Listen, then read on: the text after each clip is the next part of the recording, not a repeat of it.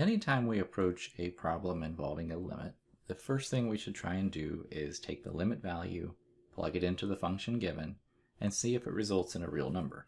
If that's the case, then we're done. We don't have to go any further.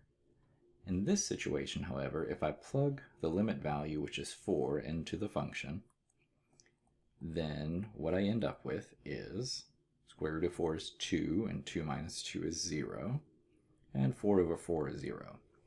I end up with this indeterminate form 0 over 0, which indicates to me that there's probably some algebra that can be done to reduce this so that the limit can be taken.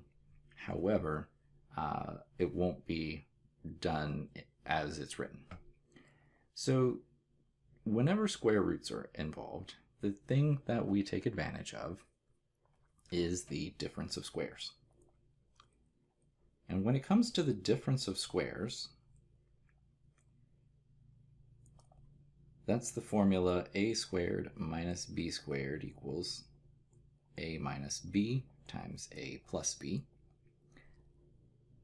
The advantage here with the use of square roots is when you square a square root, that square root disappears.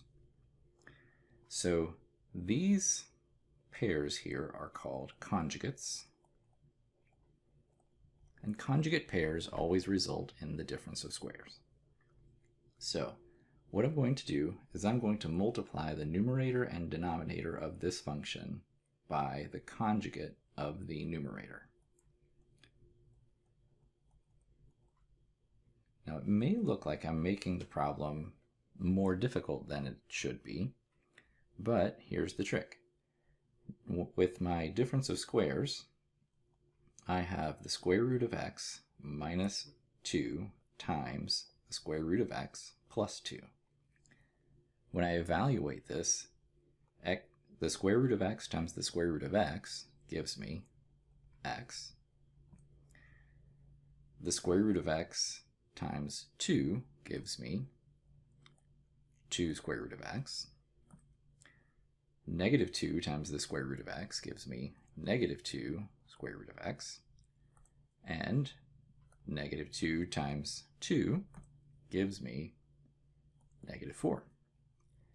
These terms in the middle cancel each other out. That's the advantage of the difference of squares. So what remains is just x minus 4.